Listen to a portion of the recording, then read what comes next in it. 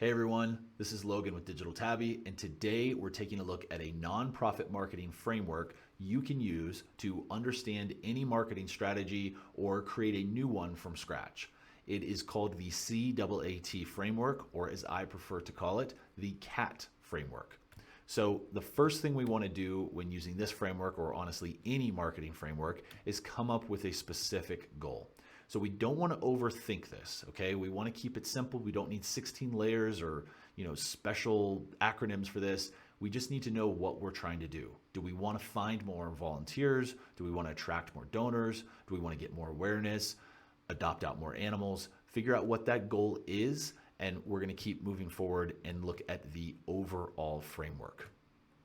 So here it is. We've got 4 steps, CAAT. First is connect. So connect with people on your chosen channel. Your channel is just a platform. It could be Facebook, it could be Google Search, YouTube, TikTok, etc. And we're going to talk about how you know which platform makes sense and how you know what content to create on those platforms. Step 2 is acquire. Acquire your new connection as an audience. That simply means getting a way to continue the conversation with them. This could be as simple as a tracking cookie, or the gold standard would be an email opt-in so you can email them at any point. Then we're going to go on to advocate. This is giving them a chance to take action to support your organization and your mission. You're advocating for your cause, letting them know what you need. We're going to talk about using the advocacy ladder so you're moving them up towards higher value actions in a way that makes sense. Lastly, track results. So take a look at what's working and apply it to the campaign so you're continually improving over time. Now, maybe cats aren't your thing, and if you're more into funnels and not felines, then we can take a look at the same approach here. And this might be more familiar if you've looked at funnels and talked about awareness and unaware before. If you haven't, it'll still make sense. So I'm going to run through it again one more time here. At the top, we're connecting with people, Facebook, Google Search. At this stage, they're unaware. So that's why we need to connect with them. At stage 2, right here, they're now aware, but we want to make sure we're acquiring them as an audience so we can talk to them again in the future. That's cookies, list building, follows on social, etc. Then finally, at the bottom, we're promoting our organization by advocating for our organization, looking for certain actions to help people become donors, clients, etc. And then finally, our little green arrow is taking us from the bottom of the funnel back to the top because we're tracking our results and then applying it to the strategy so it's constantly improving over time. Okay, so that's what we're looking at. Now let's break down each step so we understand really what goes into this. So first off, connect, pretty straightforward. You're going to choose a channel and then connect with people on that channel. The hard part about this and the important part to understand is intent. So we need to understand the intent of different channels so we know what type of content to create. So here's how this works. On Facebook, and you probably know this already because you've used these channels more than likely. On Facebook, you're going there to look at pictures, to be entertained, see what your family's doing, see what friends are doing, that kind of thing. On Google Search, you're going with a purpose. You're not just searching for on a whim. You're usually looking for something. You have an intent. On Facebook, you may not have an intent. So that's the difference between a low intent channel and a high intent channel. Then you've got some that sort of fall in the middle. So YouTube is actually the second largest search engine in the world, but a lot of people go to YouTube with very low intent. They're just saying, hey, I want to see what videos are recommended to me. Some of the other ones would be Twitter can have mixed intent. TikTok sort of can have mixed intent. Certainly now more people are searching for things, but the idea is to understand this spectrum and understand the type of content that you're creating. If you're going for a lower intent channel, you need something more entertaining, more eye-catching, more bite-sized. Whereas if you're going for something that's a high intent channel like Google Search, you can offer more information because they're more engaged. So let's take a look at how this actually plays out with a quick example. So this is the same organization, and these pages or posts, in the page and post in this case, have the same goal. Here, this is a page that someone would go to if they search, volunteer near me or volunteer with animals, that sort of thing. This page has a lot of information. We can see multiple spots. You can log in, you can apply, you can see all of the different volunteer opportunities that are available, different locations. There's a ton of information here. Right away, if it makes sense, you would never try to put all of this into a Facebook post, right? That's just too much information. Now compare that to the Facebook post also looking for volunteers, and this is going to really start to click. So it's a simple classic Facebook post, 4 or 5 paragraphs here, some emojis, a fun picture, and that's it. They're keeping it very simple. If you're interested in more, you can go to this page. But this is the sort of thing that is going to do better at stopping the scroll than if you try to get all of this information into a Facebook post. So this really highlights the difference between intent. So what you want to do is you want to connect first, choose your platform, and then once you've selected your platform, make sure you're matching your content to the intent of the platform. So now let's move on to step 2, acquire. So as we said, you want to be able to connect with this new person again in the future. This could be something simple like a tracking cookie, a Facebook like, a subscribe, email opt-in. But the thing to keep in mind here is we'll typically need 7 positive interactions with somebody before they'll take an action, and certainly before they'll take a higher level, higher value action like donate, attend an event, etc. So with that in mind, that highlights the value of acquiring an audience, because what happens most of the time is when someone goes to your website, they might love your website. They read this post, they absolutely love it. I mean, look at the family, they're going crazy for it. But what happens is they're just going to, like this little cat, dip out, they're gone. That's it. And unless you have a way to contact them again, like their email or some other contact information, you're not going to see them again, and you're never going to hit those 7 positive interactions. So what do we do about this? Well, we've got several different ways to keep this connection. So the simple one, and one I've already mentioned, is an email opt-in. So this is at the end of an HSUS blog post. Pretty straightforward. Hey, if you liked this blog post, you made it to the end, do you want to subscribe? You can take a more aggressive approach like we see here with best friends. So this is a pretty aggressive opt-in. It's a pop-up with a strong message that takes you to a chance to share your email. So that's a way of building an audience. You could also be focusing on engagement here. So this post is very easy to engage with. And over time, this will lead to more follows on the page. So we can see here, Oregon Humane Society has quite a few page followers. Now you've got more options. So we've got cookies as well. So let's say I go to ASPCA's website. I want to read about little Obi here, and then I move on with my life. Like we saw, most people are just going to bounce. I go to this website. Now I'm reading something about cars, but I'm still getting these extra touch points and these extra interactions with ASPCA because I've been cookied, and now I'm getting these ads. So these are just a few of the ways that you can build an audience and build a list. But the important part is that you have some sort of strategy, some sort of mechanism in your plan to be building an audience and reach out to people again. Okay, now we're on to step 3. We've connected, we've acquired, and now it's time to advocate. So we want to make sure our audience understands how they can help our cause, what they can do to move our mission forward, and what we need. So I've already mentioned all of these different events that you could do or actions that you could choose from. And this can take a lot of different forms. So email is the classic one. You've absolutely received emails before like this. So this is ASPCA. It's a strong email. Hey, here's what we're doing, and here's why we need help. Once you sign up for the email list, this is what you can expect. You can also connect on social. So we can see here, Oregon Humane Society, they're reaching out, they're advocating to their audience. Hey, Matilda is up for adoption. If you want to adopt her, get to know her here. Now, the important part is first, there's 2 important parts to this. First, you want to actually do it. I've worked with a lot of organizations and seen a lot of marketing plans that are just sort of get people to this website and maybe they'll do a thing. You want to make it very, very clear what you're looking for. And then we also want to move them in a way that makes sense. So this is the advocacy ladder, and you can see the higher up you go, the higher value the action, and the fewer number of people that will typically do it, right? You'll have more people, you're going to be able to get more people view a page than give you a legacy donation. So what this does is it helps us understand what offer and what to advocate for next. If someone has signed up for our email list, we really are not making the most out of that email list if we email them to say, hey, do you want to read this page? This is too far down the advocacy ladder. It just doesn't make sense. Instead, we want to focus on going up the advocacy ladder. Maybe we ask them to donate, or we stay a bit closer, like sign a pledge, share this post on social with your friends, that sort of thing.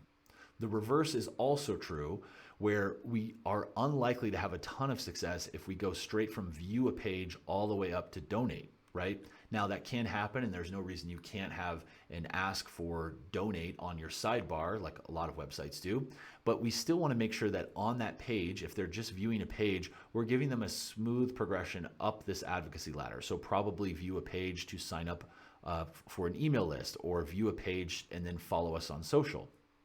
So this advocacy ladder can help you understand how to get people up here and making sure you're not making these huge jumps.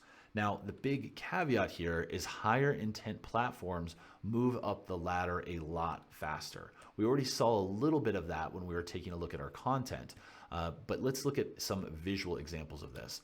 So with higher intent platforms, sometimes what you're doing is you're actually blending these acquire and advocate stages together. So let's say someone is using Google search to find volunteer opportunities. We already looked at this example.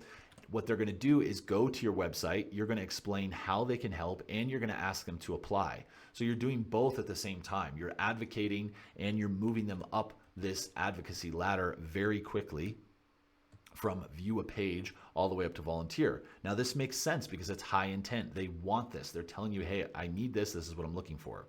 Now, low intent channels, this looks a little bit different. We've got Facebook ads and posts. We're increasing our page followers. Now, because the intent is lower, we're able to ask and advocate for a lot of different things. So this is kind of the benefit of a lower intent channel, is it gives you more flexibility, but you have to go slow. On the high intent side, if you try to take someone who's interested in volunteer opportunities and then ask them to do something completely different, you're going to lose them. They're not interested. Their intent is so high that you have to match it, whereas here the intent is low, so you have more opportunity to send them in different directions. And this can be powerful as well. So one is not better than the other. It's just making sure you're understanding the intent and what's important for your channel. Okay, now we've advocated. It's time to track and report. So we want to see what's happening. And this is where a lot of organizations lose their footing here, because we don't know what's good. We don't have a definition of what's good. So at a minimum, at a starting point, we want to be tracking in Google Analytics 4 or some other analytics tool. But this is just, the catch-all that works for being able to see all of your channels in one spot. So we can see direct, organic search, organic social, paid search, etc. And we can see here in the conversions the number of registration clicks. So right away we see, okay, paid search has 10 registration clicks, whereas organic social has 0. So what's going on here? So this gives us some information on how our campaigns are doing, but it's not really giving us what's good. It's just sort of telling us what's happening. So we want to take things one step further. Now, in this scenario of registration clicks, whatever it is, an event or signing up for a program, let's say 50% of those registration clicks pay $20 to register. With that in mind, we know that registration clicks are worth $10 for us. Now, we don't want to be paying more than $10 per registration click. So now instead of just knowing what's happening, we can say what's good, what's a good result. If we're getting registration clicks for $1, we're doing great. If we're getting registration clicks for $50, we're not doing so hot. So that's the difference between simply being able to see, oh, hey, we've gotten these 10 clicks, and understanding what these 10 clicks are actually doing for our organization. Now, let's look at another example here. And in this case, we're going to use time to sort of add another layer to this tracking. So let's say you have a 5,000 person email list, and that email list generated $100,000 in donations in the last 12 months. That means an average email subscriber is worth $20 per year. Now, with that in mind, okay, if I can get new email subscribers for under $20, that's good. It's something. If I'm getting email subscribers for $1, that's really good, right? If I'm paying $20 per email subscriber, not so great, but if I hang on to those subscribers for 1 to 2 years, now it's looking great. Now, not every organization wants to do that, but the point is you have this extra information and these extra layers of tracking, so you really understand what's going on. The more you track, the more you can answer. So these are the 3 sort of levels of tracking. The first one is we don't know what's going on. We don't know how anybody found us or where anything is coming from. Next is that first layer we looked at where you can count, hey, we had this many registration clicks from this particular channel, organic search, paid search, etc. This is valuable, but the real value comes at this next level where we understand the return on investment. And that's where we're attributing a value to these clicks. These are worth $10 and email subscribers worth $20. And this is where we want to go, but at a minimum, we need to be here with our Google Analytics 4 setup. Okay, so that is the framework, CAAT, CAT. Let's take a look at 2 examples to wrap up the video. We've got a low intent platform. This is Facebook, but it could be any social media. So here's how we would run this. First step, connect, they're unaware. We're using easy to engage with posts. These are simple, nothing too crazy here. This is just a fun post. Over time, you're going to be creating this content and increasing your follower count. This may involve some paid ads, but you're going to get some organic reach as well.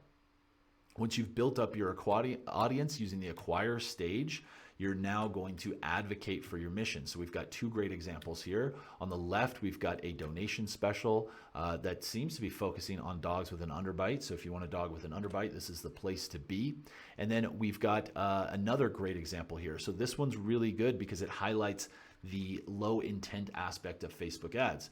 So not everybody will know right away that Oregon Humane Society handles neglect cases. So with this post, they're able to share, hey, here's what we do. And if you want to help us keep doing this, please give us a donation. So this is a great example of how you can make the most out of a low intent channel like Facebook by educating people on what your mission is and what your organization does. They already knew you adopted dogs. And so in this case, you're saying, hey, you can get a great deal and look at these dogs. Then you want to track your results and improve on what's working. So this is just sort of a sample here. Let's say we had organic social with 5 adoption button clicks. So we would say, hey, that's worth it to us. It's going to depend on how many posts, etc. But we can see which posts are generating those button clicks and say, let's produce more of that. Maybe we decide that this format with multiple photos does better than a single dog photo or something like that. So that is the framework for a lower intent channel. Now let's take a look at a higher intent channel. And this is where we're going to blend acquire and advocate. We're going to blend those 2 steps. So here we're using the Google Ad Grant. This is an organization that sends care packages to deployed military. Someone is searching, how do I send care packages to troops? This is the ad. Hey, we can help you do that. And then they get to this page. We're advocating for the organization by saying we do what you're looking for. This is how we help deployed military. And then we're also acquiring. So it's both steps at once. If they want to do this, they're going to register. They're going to click a button and register. So then we're acquiring them as an audience. We've got their email. We can reach out to them again. And then we're going to track our results and say, hey, what's happening? And we can see here, paid search, 12 registration clicks, and we can add a value to that to get to that level 3 of tracking. So that's it. That is the CAAT or CAT framework. I hope you found that helpful. If you have any questions, feel free to email me here or drop a comment below. And I'm also going to add the blog post of this framework in the description below. And you might find that helpful as you build out your own nonprofit marketing strategy. Thanks for watching. Have a great day.